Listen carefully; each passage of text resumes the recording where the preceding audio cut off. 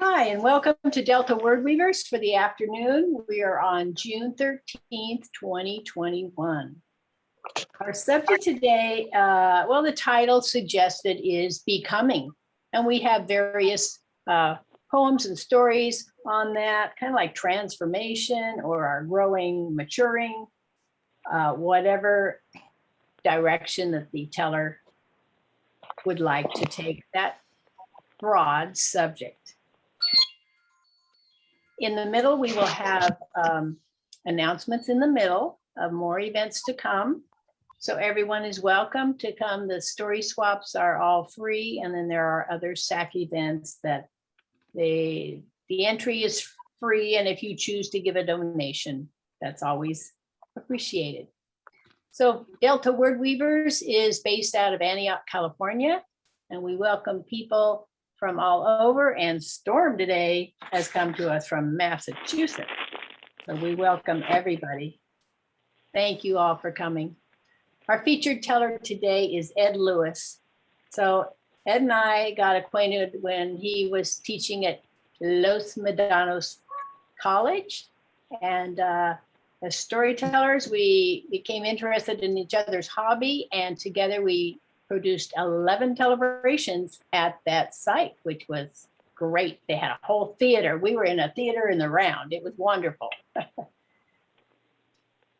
And I've gotten him, I don't think I had to bend his elbow too much, but I got him, I just let him know what was available, you know? So now he's president of the Sacramento Storytelling Guild, which by the way, meets on Saturday. We'll talk about that in the announcements. He's on the SAC, Storytelling Association of California Board of Directors. And he put up a topic of genre monthly storytelling series to the board. They accepted it. And now it's already been going on, completing 1 year. It's been very successful. So we'll talk about that too later. I'd say his favorite type of stories are personal stories and tall tales. And you know what? Sometimes those tall tales kind of meld into that personal story. Sometimes you're not sure where that little line is, but always we enjoy the stories. And today his personal journey story is entitled Becoming a Man. Welcome to Ed Lewis. Thank you. Can I make sure everyone mutes themselves so there's no distracting sounds? Thank you. And what I'm going to tell you today is a true story.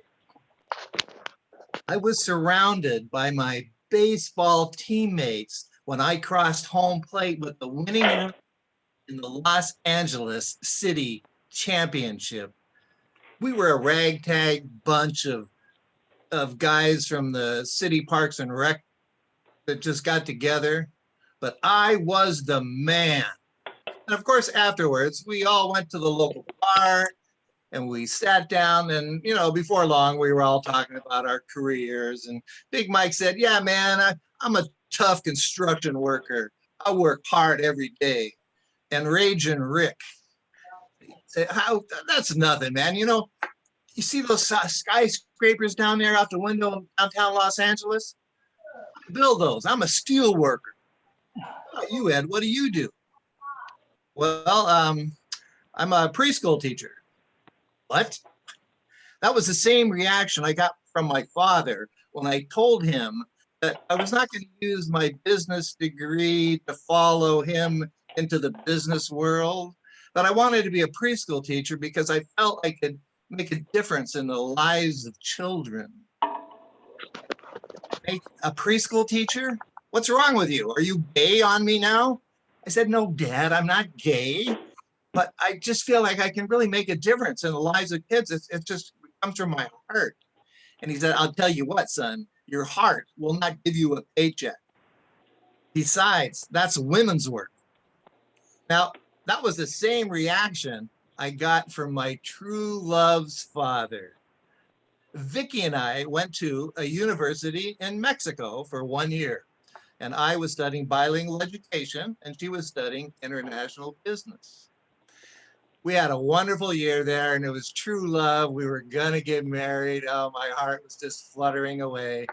And at the end of the school year, she flew home from Mexico City to Connecticut, Ridgefield, Connecticut, where she lived with her parents at the time.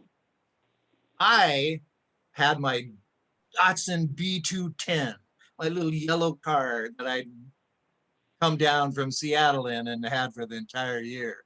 And I drove it up to New Orleans to the school jazz festival. And I came around to Georgia to see an old high school friend, up to Virginia to see an old Army buddy from during the Vietnam War, and then up to where she lived in Ridgefield, Connecticut, with her wealthy parents on their 5-acre estate.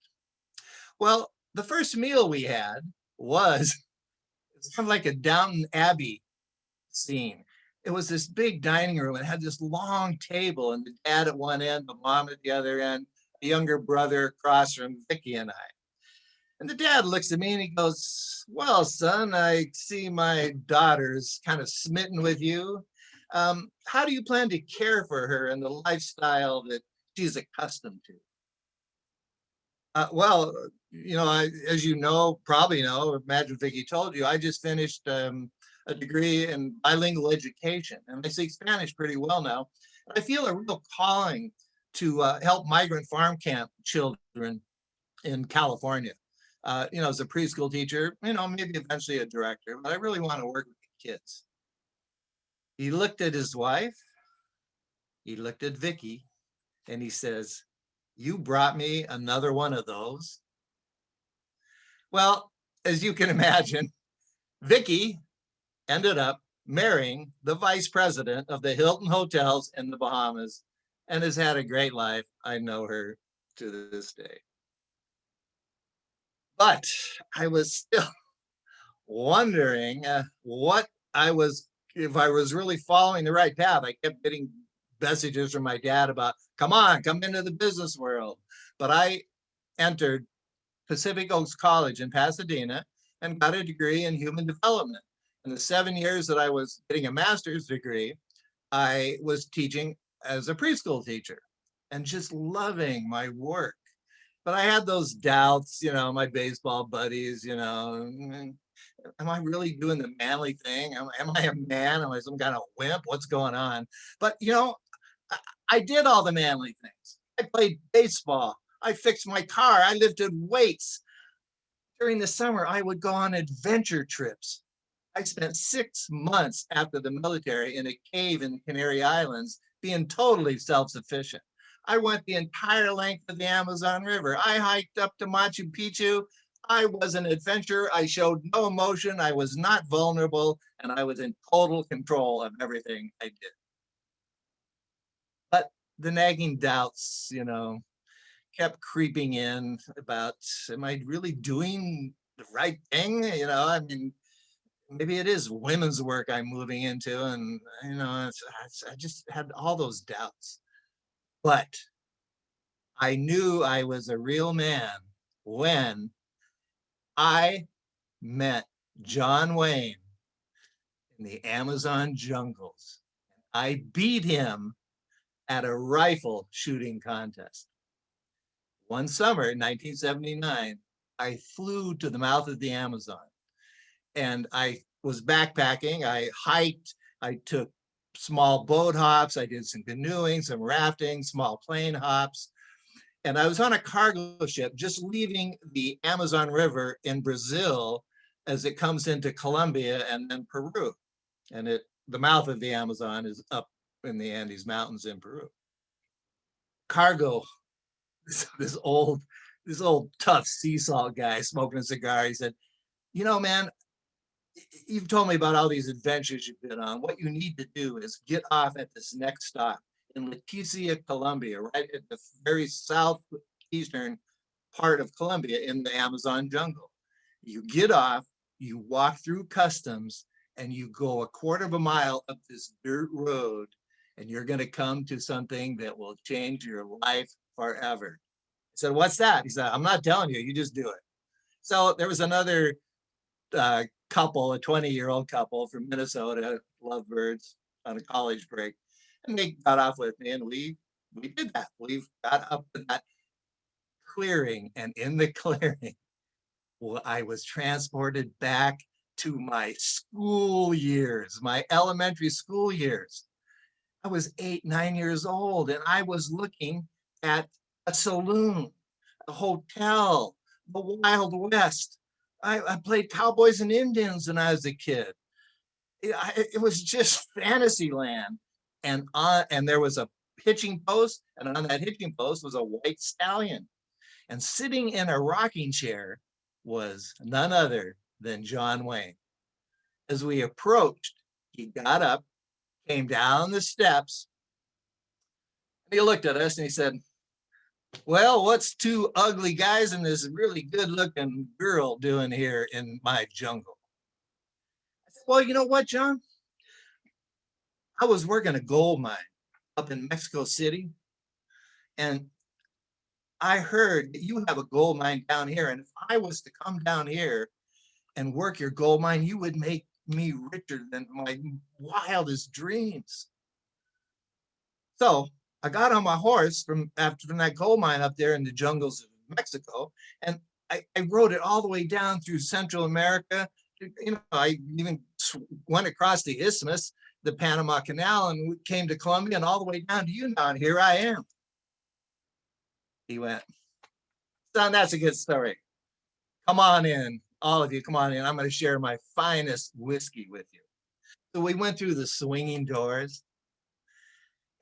And again, I was transported back to my childhood. There was this long wooden bar. It was beautiful teak, and it had 8 bar stools in front of it, a long mirror that went the entire length of the bar, and animal heads all around the entire bar. And out on the dance floor were 5 poker tables. And in the middle were 4 cowboys and a cowgirl. The cowboys, they all had their shots of whiskey and they were pounding them down. 2 of the cowboys had Winchester rifles. 2 of the cowboys had double barrel shotguns. And the woman, all she had was a 1897 Marlin rifle. And I knew exactly who that was, because the person who made the Marlin rifle famous was Annie Oakley. So I knew I was looking at Annie Oakley. Well, around them were 4 tables, and they were full of tourists from all over. And John gets up and he says, "All right, folks, let the Wild West show begin." And we went outside and we sat on haystacks, and they put on this show, this shooting competition. Annie rode bareback, shooting her rifle, hitting the bullseye every time. And it was a show. And then at the end, they let us shoot the weapons at targets. And I challenged John Wayne to a rifle shooting contest, because when I got drafted during the Vietnam War, I became a weapons specialist, and I knew all about guns and I knew how to use them. And I beat John Wayne. And right then I knew I am a real man. I am the definition of a real man. Well, after the show was over and the tourists went back to their hotels, John Wayne comes over and he says, "Of course you realize that I'm not the real John Wayne, but my name is Gunther Scholl, and I'm German. And I came here at the end of World War II when the Russians were coming for our family. We were just poor farmers. We didn't want to be involved in a stupid war, but we were poor families, farmers on the Polish border. But we had to flee the advancing Russian armies. And my family made it out to Switzerland, and we came down to Brazil, and we started a new life. And I was only a young child then, but I loved Westerns. And as I grew, I found some gold, and I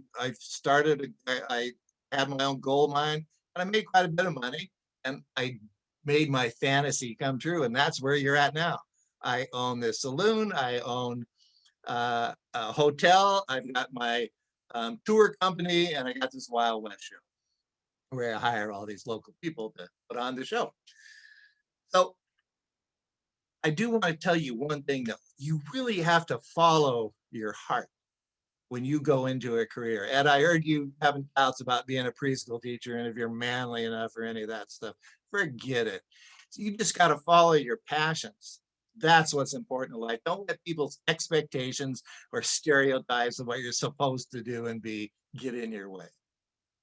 Well, I took that information and I came, you know, I really changed my definition of what it means to be a real man. And I came back and I was a preschool teacher for quite a few years. And then, as Miriam told you earlier, I became an early childhood professor at Los Medanos College, where I had my career.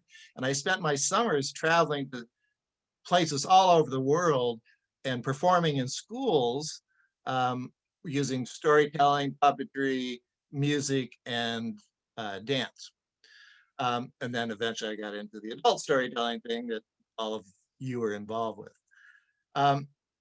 So my worldview of what it is to be a man, thanks to John Wayne and many other important people in my life, definitely has changed. Thank you. And that is a true story, all of it.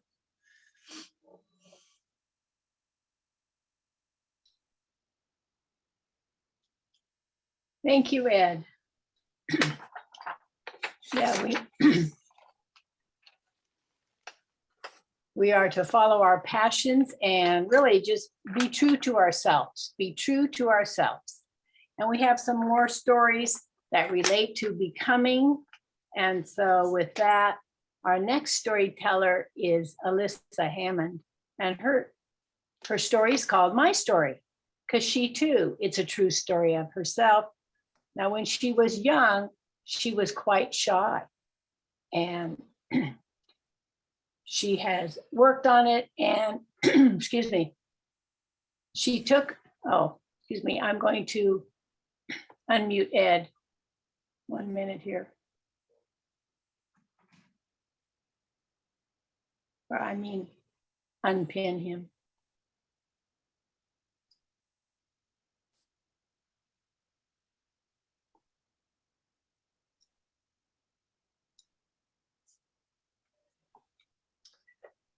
So Alyssa is going to tell my story, and she worked on it in Corey Rosen's class.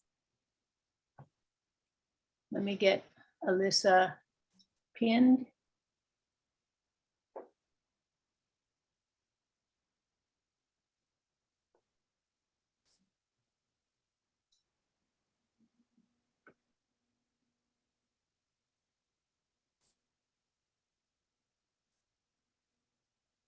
There we are. She took Corey Rosen's online class, and Stagebridge also offered a Corey Rosen class recently, the same thing about developing our stories. So we have several people who have taken his class. I first got acquainted with him because he hosts The Moth. Is that the right one? Yeah, he's a host on The Moth. So I've seen him on stage a couple times. And he's a comedian, storyteller, and he's great to take classes from too and learn a lot.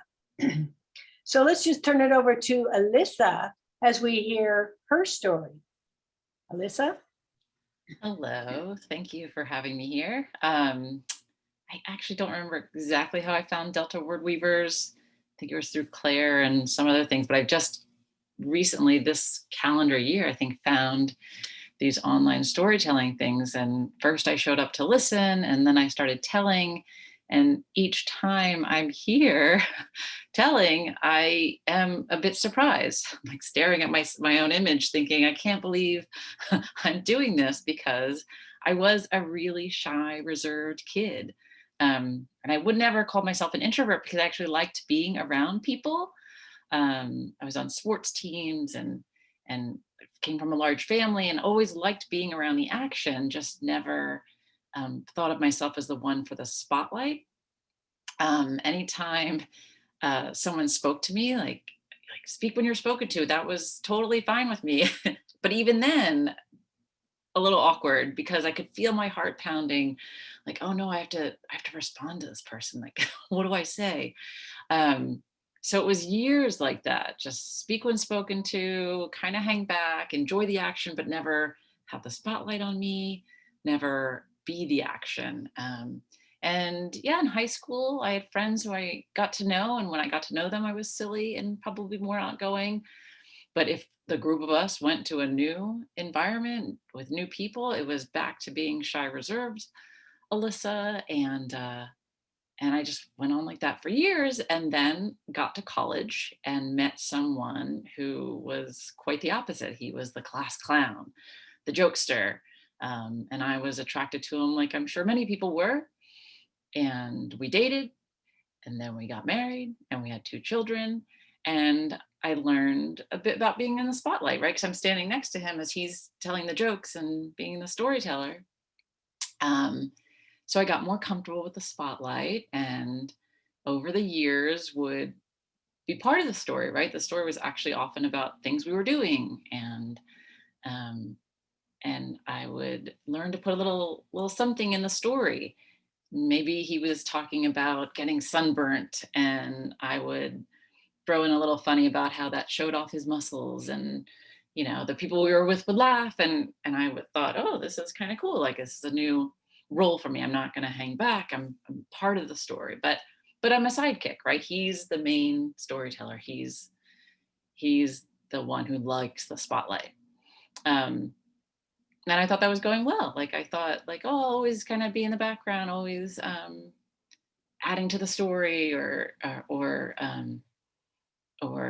throwing in a one line here or there.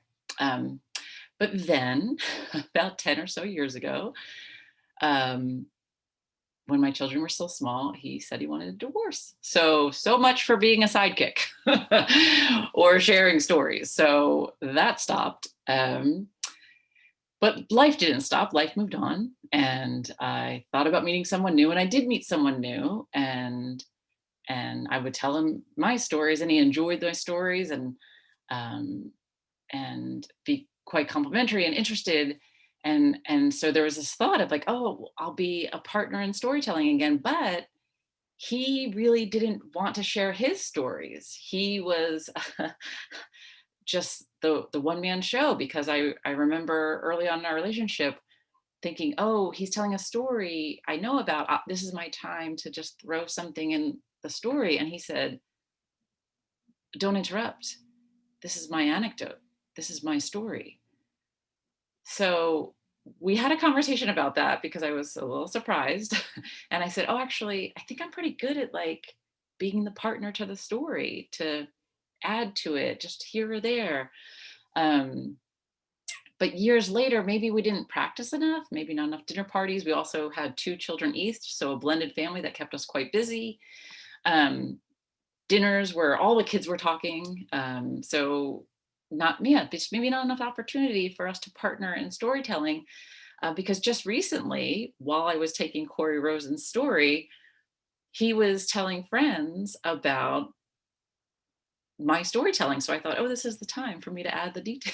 Like, we'll work on it. It's a work in progress. But no, in fact, he's still stuck with, don't interrupt. This is my anecdote. This is my story. And I thought, well, it's about me. It's your story, but it's about me. So anyway, go back to Corey Rosen's class on Tuesday night and think, I think I have a story here, right? Like, I went from being this shy, reserved kid to I'm not so shy and reserved anymore. Went from like not wanting to be in the spotlight to actually, I think I kind of like this spotlight for storytelling. So I had the story arc, right? I had the spine of all the things that happened, but I wasn't really sure how my story should end. So in class, we discussed it, and thanks to my lovely classmates, realized that there isn't so much an ending to my story, because like the theme of tonight, I'm becoming a storyteller. This is actually my beginning. So thank you. That's my true story.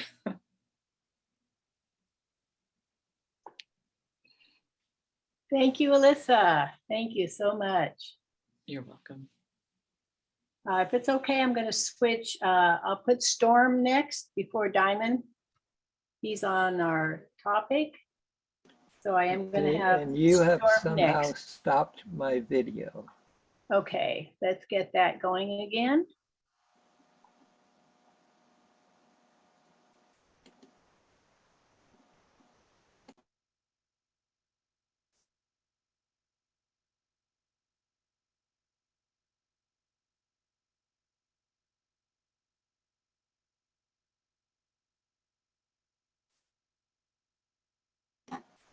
Alrighty. So what I like to do is I like to combine poetry and songs and make a composite. Usually my poems are fairly short and people are used to seeing poems on pages, and I want to give the poetry more of a voice, and I find when I juxtapose it with a song that does it. And often they're both pieces I've written, but not always. And sometimes the poem comes in the beginning, and sometimes it's actually mixed in with parts of the song. And the sort of overlapping of this is both becoming and mental awareness and drug awareness, I guess would be a good way to put it. Speak a little louder. Sure. Mental awareness and drug awareness, I guess, would be a good way to put it. Okay, and is it okay to record you or no? What is the recording used for? Yes, the recording is for public use. People go to the SAC website and they look in the archives to see this event. And it either way is fine, according to the speaker. That I can pause it for your time. It's up to you. I think it's fine for you to record it, and could I get a recording of my section? I'm going to say, no, we don't have that capability. Okay, could I get I have to ask, but last I heard they weren't doing that. Okay, could I get a recording of the whole thing? I'm not sure. I'll have to ask. I know you can see it. Okay. Actually, then,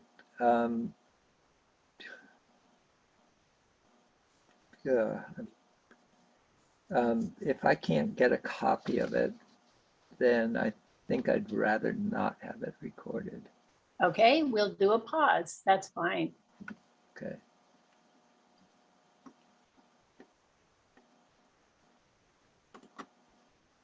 Okay. The poem is called True Confessions, and the song is Ballad of Rosalita Anita. Well, I might have been a juggler if you let me play a while, might have been a lover if you'd only let me smile, but you wrapped me up in darkness and turned my face away, so there's only my confusion left to dance today. And it dances in the mirror, dances on the street, dances through my fingers, dances with my feet. So I cry out to my Savior and I call upon my God and I pray that come tomorrow I won't feel so damn odd. And sometimes there is sunshine and sometimes there is rain. Sometimes. Till you hear that. And now we're continuing with Doris Failing. All right. I have found that in my time as a storyteller, that working with children, also adults, that Margaret Reed MacDonald's stories are so appealing. And she is a folklorist librarian in Washington. And she's just published another book. I have all of her 11 books called The Kindness Tales. And there's a story I would like to tell you out of her book called The Great Smelly Slobbery Small Tooth Dog. Well, there once, long ago, when animals and people could talk to each other, a rich man was walking down the road to go home, and he was attacked by robbers who sprang out of the forest, who had only bad things in mind for him. And the rich man thought that his life was going to be over when out of the forest there also sprang a great, slobbery, smelly, small-toothed dog who just scared away those robbers, frightened them to death. Well, the rich man said to the dog, "You have saved my life. I want to give you one of my treasures. Come to my house tomorrow and I will give you one of my treasures. Why, I have a goldfish that can speak 100 languages. Would you like that as your treasure?" Woof, no, thank you. Well, I have a bird that can sing 1,000 songs. Would you like that as your treasure? Woof, no, thank you. Well, the other treasure that I have 3 treasures, is a goose that lays a golden egg every day. You'll be rich, rich, rich. Would you like that as your treasure? Woof, no. Well, those are my great treasures. No, said the dog. You have a beautiful daughter, and I would like her as my reward for saving your life. Well, come by my house tomorrow. It's true, the daughter was his most precious treasure, but he had forgotten about it when he made this list to tell the dog. So he went home to tell his daughter, his beautiful marriage-age daughter, of the great, smelly, slobbery, small-toothed dog that he promised that she could wed him. "Oh, father," she said, "you made a promise. Promises are very important to keep. I will go with that dog tomorrow and I will try very hard not to be disgusted." So the next day, the great, smelly, slobbery, small-toothed dog came to the house. He was a very big dog. "Climb on my back," he said to her. "Oh, you are beautiful." And she climbed on his back and off they went. And he ran through the woods and he jumped over a hedge and he ran through fields and he jumped over a hedge and he ran through fields and he jumped over a hedge, and he was taking her to his home. It was a castle. And in it there were closets and closets filled with silk and satin dresses, and there were books of the favorite kinds that she liked to read. And in the evening, he would come to her room and they would chat and he would tell her funny stories and she would laugh. And in the afternoons, they would go out to the garden and she would throw him his golden ball and he would bring it back to her and throw the ball, bring it back, throw the ball, bring it back. And she would sit down under a tree and he would put his big, hairy, smelly head in her lap and she would pet him. Well, after a period of time, he came upon her and she was crying. And he said, "Why are you weeping, my dear?" And she said, "Oh, I miss my father." "Well, is everything all right here in the palace? Have I given you everything that you like?" "Yes, yes, but I really miss my father." Well, he said, "Let us go see your father." So she climbed on his back and he went running through the fields and jumping over a hedge. And he said, "What do you call me?" She said, "Well, I call you the great, smelly, slobbery, small-toothed dog." And he whipped right around and he took her home. Well, he didn't like being called that name, hurt his feelings.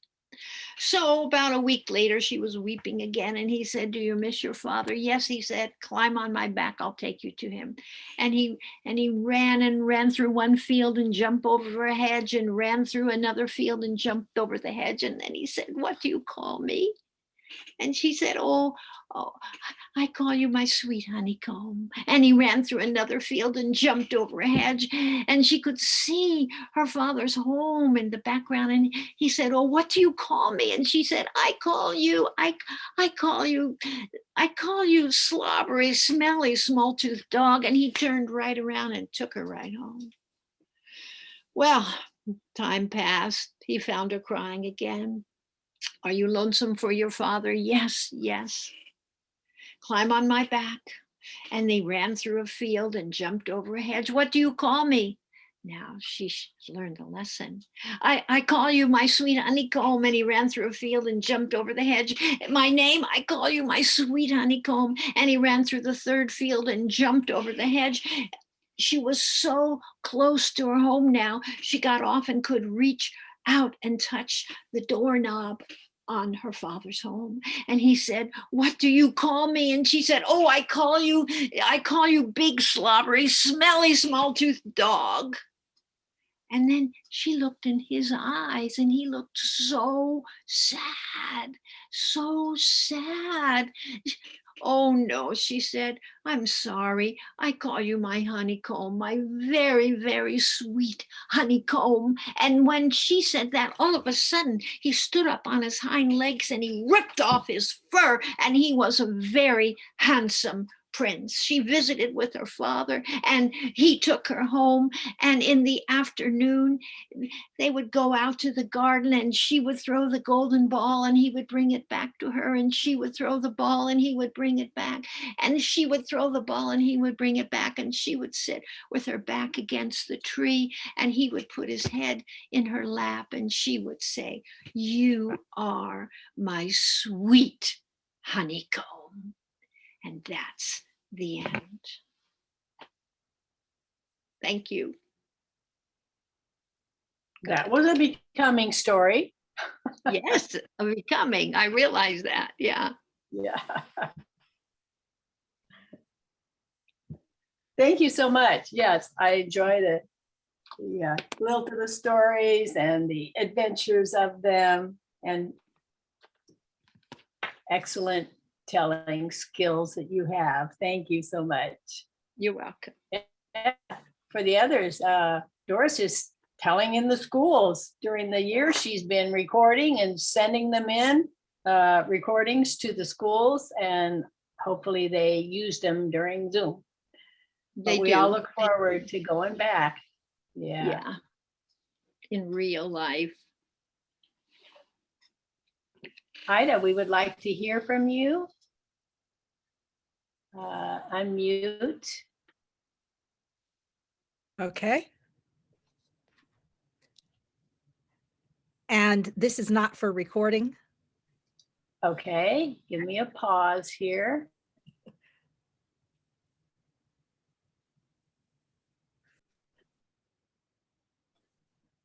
I'm a night person. I enjoy the quietness of the dark, the silence of my footsteps, the hush of the distant cars moving, the lights from the houses peeking out from the darkness, the majesty of the silent streetlights, the colors blinking from TV sets, the unheard conversations of people behind window panes, the twinkling of stars holding us all together under the night sky.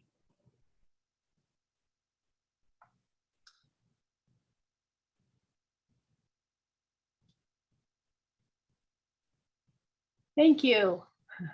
You're welcome. All right, I'll wrap up our recording here. So thank you all for coming. I do want to remind even the people listening on recording. Let's see, 2 announcements. Okay, Delta Wordweavers for July as the month off gives me a break. So there's no Delta Wordweavers in July at all. In August, we have Bill Matnick is our, let me put my video back on. Bill Matnick is our featured teller. And the book he just put out is Men's Stories for Women.